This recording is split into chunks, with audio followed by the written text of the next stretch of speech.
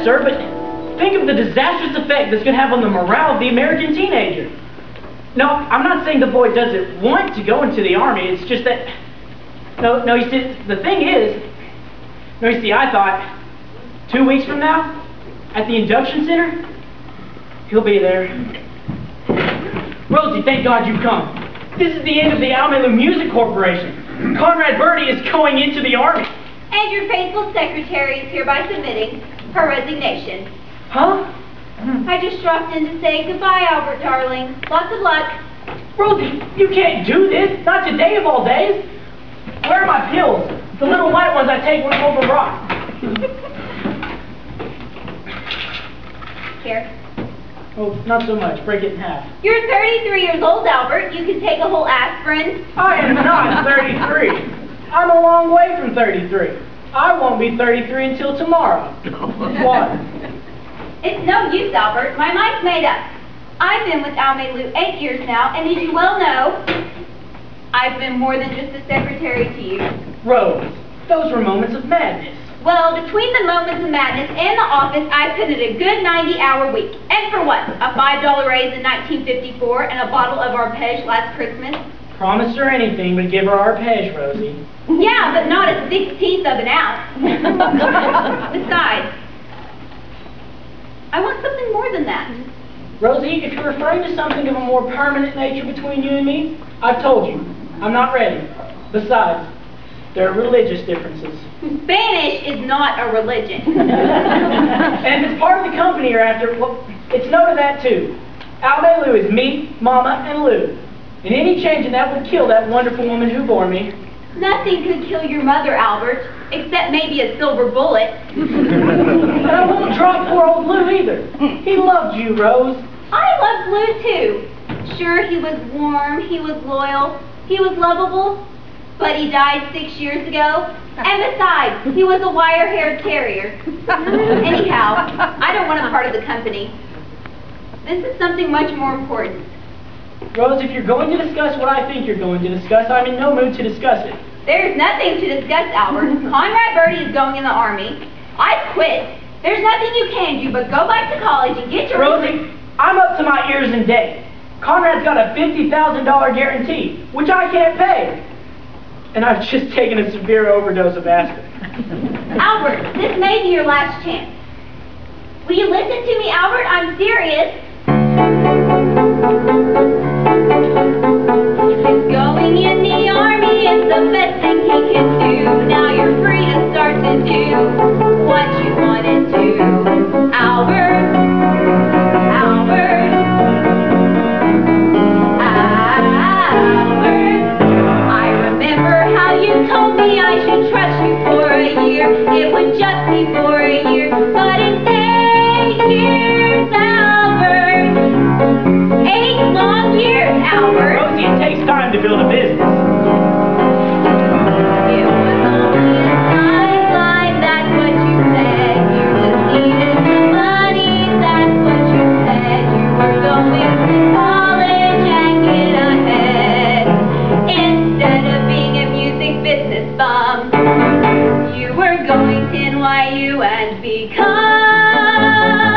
Don't say it, Rosie. an English teacher. Rosie. And furthermore, he wrote poetry. Rosie, please. Do you know what it says in the 1952 yearbook? NYU under Albert Peterson's favorite piece of literature, Little Women. I'm ruined in show business. An English teacher, an English teacher, if only you'd been an English teacher. We'd have a little apartment in Queens.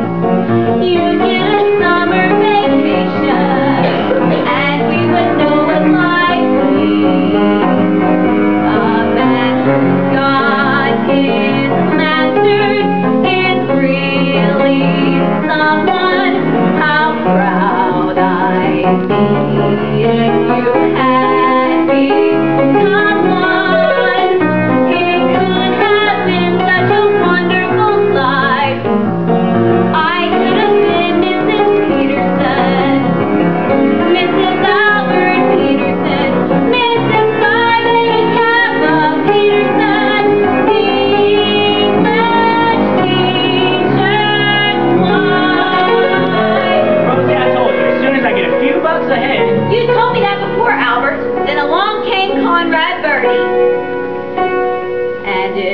goodbye, Jeffrey Chaucer. Hello, William Morris. Goodbye, NYU. Hello, Almaelou. 'Cause when you wrote Conrad's first hit on the Bugaboo, then I knew that was it. You were through with English forever. An English teacher is really someone. How proud I'd be if you had become one. It could have been such a wonderful life. I could have been Mrs. Peterson, Mrs. Albert Peterson, Mrs. Simon Campbell Peterson, the English teacher's wife.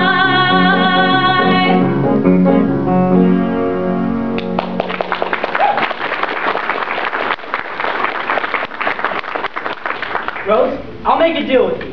Stay with me, help me get the money to pay Conrad's guarantee, and I promise, just as soon as I'm out of the red, I'll drop the music business and go back to the academic life. Albert, you're on. Of course, it may take a few years, but I'm sure that by 1973 or 74, that I can... What is this? Something that's going to push that date up a few years. Pick a name. Pick what name? What are you talking about? Fine, I'll do it for you. McAfee. Ken McAfee, President and Recording Secretary, Conrad Birdie Fan Club, number 2748, Sweet Apple, Ohio.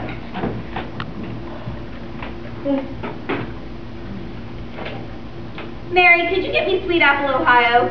The number is capital 78820, and call me right back. Now, wait a minute. What's going on here? Who is Kim, whatever her name is? Kim McAfee, Albert. It's what's going to send you back to college with the biggest hit song this business has ever seen. It's called One Last Kiss. I've never heard of it. You haven't written it yet? But when you do, and when that one last kiss is from Conrad Birdie on his way into the big cold army for 2 long years, and when he gives that kiss to one girl chosen at random from 1,200,000 hysterical teenagers, it will make Mr. Birdie the hottest soldier since Joan of Arc. Rosie, I can see it now.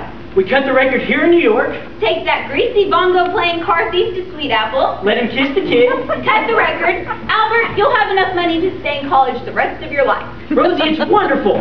And I promise, as soon as this is all over, it'll be just the 2 of us, in perfect bliss. I'll get a job as an English teacher and bliss.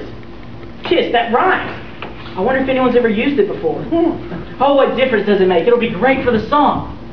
Oh, one last kiss. It gives so much bliss. What is your dentifrice? No, that's too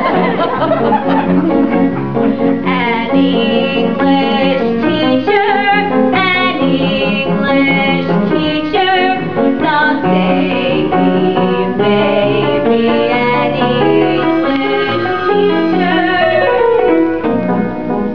Yes? Well, every phone in Sweet Apple can't be busy. What's going on there? Kim McAfee got pinned to who? Never mind, Mary. Try again later and call me back. Then it might be such a wonderful life. Then I might be Mrs. Peterson.